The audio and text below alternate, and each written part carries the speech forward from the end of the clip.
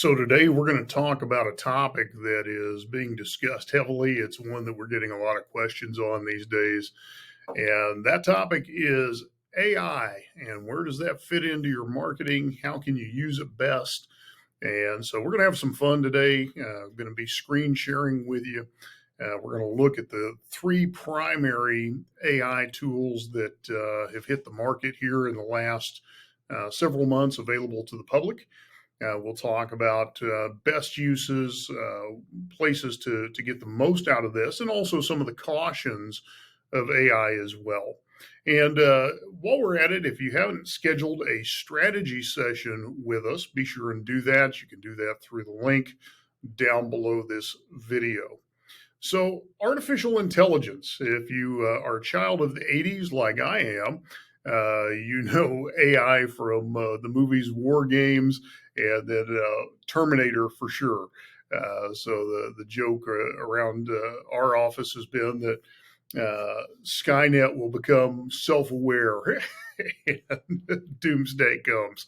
But, that's the stuff of science fiction and the movies. We're going to talk about AI in reality and how you can apply this to your business. Now, a couple things to bear in mind. AI is machine learning. And one of the things that is going to happen with AI as we go is AI is going to become much more complex. It's going to be able to do a lot more work. And I would believe that AI is probably the next big shift we're going to see culturally. The birth of the internet, of course, was huge. Then we've moved into digital currency. That's the next disruptor. I think AI comes right behind that. It's extremely disruptive on many levels. And so it's one of the things that we're going to see in the future is just the improvements of AI as the machines fine tune their learning, as they collect more data now from user input. It's simply going to improve the outcomes. But let me first of all give you a quick walkthrough of some of the AI engines that are available to you today. I'm going to give you my feedback on what we like to use, what we don't like to use, why we like to use it, and then we'll do some demonstrations of how you can put these to use. So the first one is ChatGPT. ChatGPT was kind of the first to the market, and what you find with ChatGPT is it is pulling from data up through 2021. So you'll notice that there's a couple of limitations there. It could occasionally generate inaccurate or incorrect information, and this is something you need to be aware of. They call this hallucinations. AI might actually produce non-factual information, or it might even create information just to fulfill the request. May occasionally produce harmful instructions or biased content, and then it has a limited knowledge of world events after 2021. One of the great things about ChatGPT is you can build upon the conversation that you're having with the artificial intelligence. So you can put forth a query, it gives you an answer, and then you can put forth secondary follow-up queries behind that to further clarify or to further build out. And I'll give you an example of that here in a few minutes. The next one you have is Bard, and Bard is Google's version of AI that they have brought to the market. Bard is meant to work alongside of their search engine, but it is not a search engine. What it will do is it will make recommendations for further research through the Google search engine. And then Bing has kind of caught people off guard a little bit. Bing is Microsoft's version of is the Bing chat is Microsoft's entry into the AI arena. Their AI is driven by ChatGPT, but then they have another feature that's pretty incredible. We'll show this off here in a few minutes, and that is their AI can actually create images based on your instructions. And so when we talk about using AI, the first thing we need to understand is the AI is only going to be as good as the query that you put to the AI. So if you're not asking good questions, if you're not giving good instructions, you're going to get a bit of a haphazard response. But let's go ahead and start, and we'll have some fun with this. I asked my wife a few months ago. I said, "Hey, if I had AI write all of my love letters to you, would you be happy?" And of course, she said no. But that's what we're going to start with. So we're gonna ask the AI to write a romantic letter from a husband to a wife.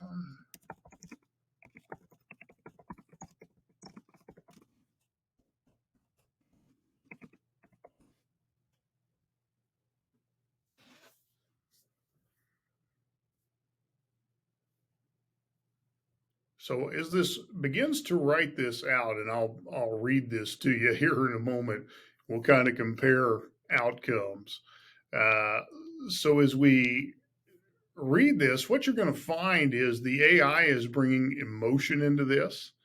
It's bringing human sentiment into this. It's bringing words that have emotional value or emotional impact into this. And it's just sitting here producing this love letter from husband to a wife. Now, we're not going to read the whole letter, but let's just start with this. As I sit here penning these words with a heart brimming with love, I'm reminded of the countless reasons why I am the luckiest man alive to call you my wife. With each passing day, my love for you deepens and flourishes, surpassing any limits I thought possible. From the moment I first laid eyes on you, I knew that you were the missing piece of my soul. So it's even bringing a spiritual element into this query response. So now we're gonna go compare this with the other two engines just for fun. So let's take it next over to Bard, and so we put this same query into Bard, and Bard is going to take a moment and momentarily it's going to put the letter out in front of us. My dearest wife, I can't believe it's been X number of years since we first met. It feels like just yesterday we were two young kids falling in love for the first time. I remember the first time I saw you, you were sitting across from me in the library, and I was immediately struck by your beauty. But it wasn't just your physical beauty that drew me to you, it was your intelligence, your sense of humor, and your kind heart. So, this is Bard's version. Now, I will tell you when we get done which engine I like better. When you come to the Bing AI, you get to choose which style more creative, more balanced, more precise. Balanced is the default. And so we're going to give it the same task, write us a little romantic letter. And so the Bing AI is going to go do a search, and then it's going to give us a sample letter from the search engine. So it's going to combine search results with the AI element. And so what this is doing is it's just going to give us an example and something to work off of. Now, back to what I said before. When it comes to writing, I am a little partial to one of these engines over the other. And I tend to like ChatGPT better because ChatGPT tends to draw in more language that is persuasive, that is emotional, that is spiritual in nature based on the query you give it. And so it's a more natural flow. It's well written. And so when we're using this tool, one of the things we want to do with AI is we want to make sure we're creating good content, good quality content, because there's a human reader on the other end. And although the Bard material was good, uh, it lacked the depth. And when you do the Bing, it's just basically helping you filter through search results a little better. Now, you could ask some follow up questions and define that a little more. Now, the other thing I'm going to show you, though, this is the place where the Bing AI has a bit of an edge on everybody else. is it can create images. And so let's give it some instructions. Create a romantic picture of a husband and a wife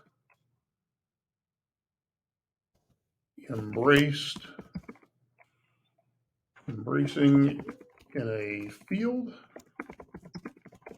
with a sunset in the distance. So that's the instruction that we've given it. We're going to hit create, and it's going to take a moment here. You see it's got a little meter, tells you how far along it is in creating your image, and it's going to go ahead and create the image.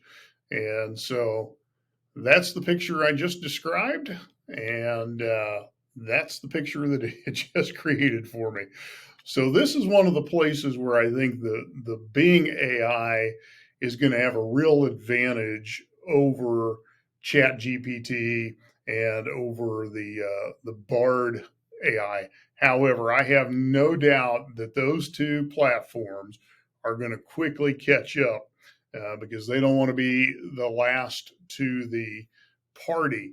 So now let's get into some practical uses of how to use this, and I'll give you some more examples. So one of the things that we often do with the AI in our marketing company, and this is something you can do as well, is we'll write promotional campaigns.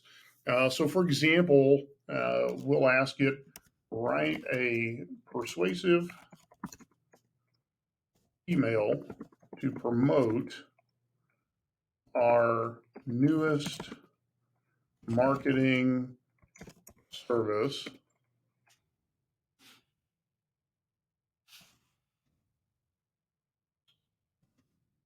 This service is done for you social media posting and management. So we'll turn it loose and it's going to write an email for us. It's going to put a subject line in there because I've asked it to be persuasive. It's going to use some emotionally charged words. Elevate your social media presence. Premier marketing service. And now it's going to write out some of the things that are going to be a part of this email. And so you can go in there, use it as is. You can go in and modify that a little bit. If I wanted to change something in that email, I could certainly do that. So this is one of the things that we do quite often within the agency is we'll use this to write emails. I've got a friend who's a teacher that she has Chat GPT write all of her letters to parents because it can knock it out very quickly. Now let's give it a new a new thing we might want to use. We'll use this to do ad copy. So in this case, write a Facebook ad promoting digital marketing agents. Actually, let's back this up. Let's pick two verticals. We'll pick insurance and home remodeling. So the first one we'll do is write a Facebook ad promoting local home remodeling. Actually, let's change that to kitchen remodeling. Provided by ABC Remodeling. Okay, so as we put this in there, it's going to create an ad for us. It's actually going to put emojis in there. Transform your kitchen with ABC Remodeling. It asks you a question, tired of your outdated kitchen, dreaming of a space that truly reflects your style and meets your functional needs, gives you some bullet points, and then it's going to put a call to action at the bottom of the ad. And so that's one of the things we will do with this is you'll see it's got a phone number, it's got a website, all of those things. So good long form sales copy. And so this is one of the changes that's going to happen. I think AI is going to do more of the copywriting in the days to come. Now, if this is a Facebook ad, I also want a good image to go with that, right? So I can come back here to Bing and I can tell it, create a luxury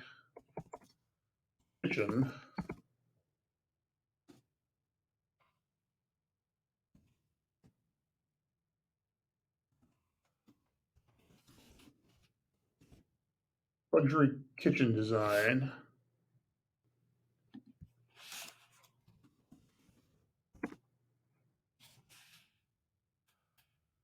And then we can hit create here and we can let it create those images for us. And then what we could do is actually pull the image and use that as the ad image on the Facebook ad that AI just wrote for us.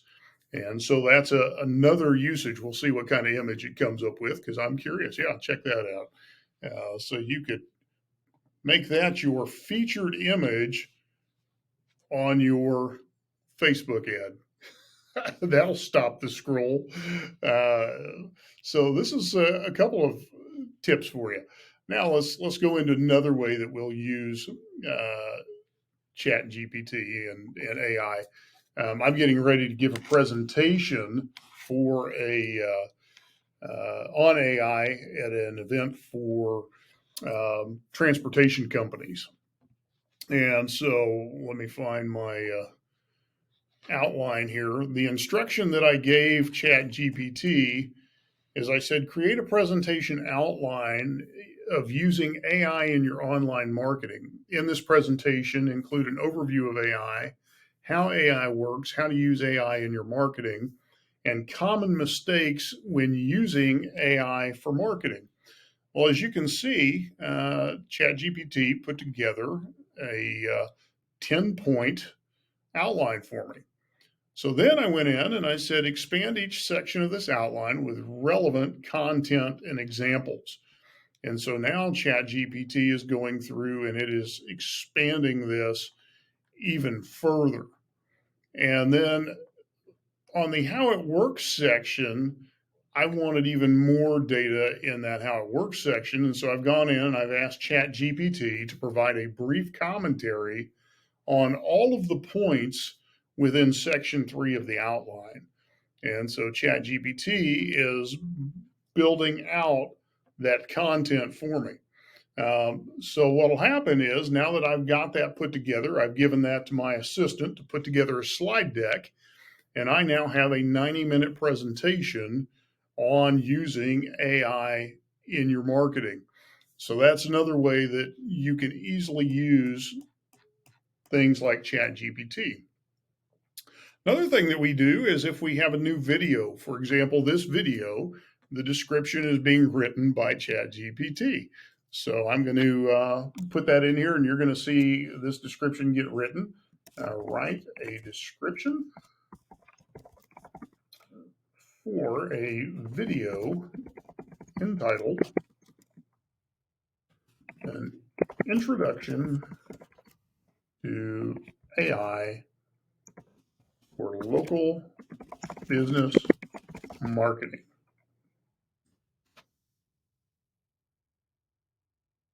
And so ChatGPT is writing the description, and that's the description you're going to see below this video. The only exception will be our business link will be in that as well. And so that's another way that you can easily use ChatGPT. We use within the agency ChatGPT to help us develop podcast episodes. We use it to develop topics and outlines for our writers to write content.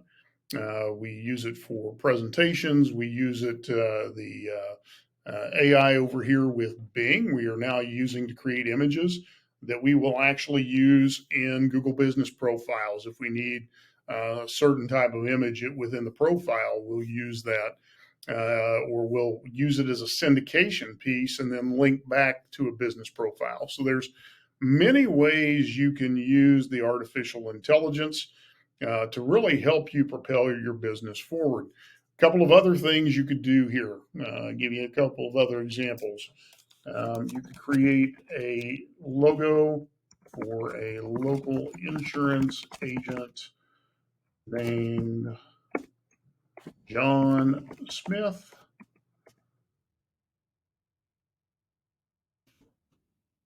at ABC Local Insurance. So now we're going to go create that, and it's going to go create a logo for us. So now you've got a logo. If you're trying to create a new brand, you could certainly do that simply using an engine like this. Remember, your outcome is going to be really determined by how good your instructions or your questions are, and that's going to help. Now, here's an example of where AI struggles a little bit. So what threw it off was when I put the ABC local insurance and I put John Smith in there. So what we need to do is we need to go back and let's just make it a little more vague. And so this is part of what you have to play with.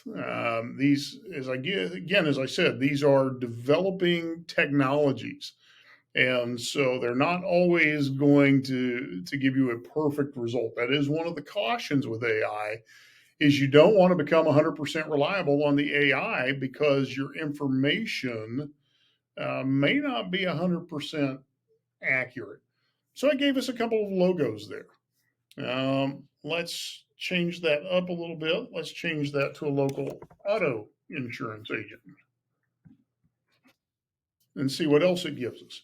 So you always want to fact check what's happening. In fact, one of the things that was demonstrated on a recent 60 Minutes episode is that you could actually give a fictitious name to the AI and ask for a biography, and the AI would still write a biography even though it was not for a real person. So you do have to fact check your AI. So those, not anything super stellar, but it could give you some ideas to work off of. I find that the creativity AI works better when you're trying to generate ideas or something creative. So a few of them I've done recently. Rottweilers with sunglasses on a basketball court wearing tennis shoes. There's some logos I did for a home remodeling company. German Shepherd with a clown nose. So there's a lot of ideas you can use with this. The final thing that you could do with AI as well is you could ask it to help you draft up policies, procedures, things of that nature. So let's demonstrate that. Create a data safety policy for a local insurance agency.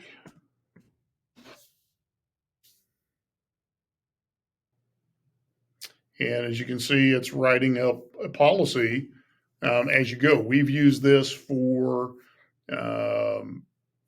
disclosure pages on websites. We've used this for standard operating procedures for things we do within our company. So these are all things you can be doing as well. Again, we're talking more from a marketing standpoint. So what I really want you thinking about is social media content, blog posts, descriptions for videos or podcasts. Um, Another thing that you can do marketing, this is a little bigger project. I have a friend that actually wrote an entire book using Chat GPT, prompted out what the chapters would be, then went through and expanded the content, ultimately wrote about a 200-page book that's very authoritative. The information's extremely accurate, and is using that as a lead generation tool when he goes to conferences and other events. So anyway, we'll stop there. This is a pretty lengthy video. Hope you found that intriguing and helpful. And just know AI is going to be a bigger part of what you're doing from a marketing standpoint in the days ahead, and probably going to be a bigger part of a lot of what you do in your business overall. Look forward to talking with you soon, and hope you have just a great day today.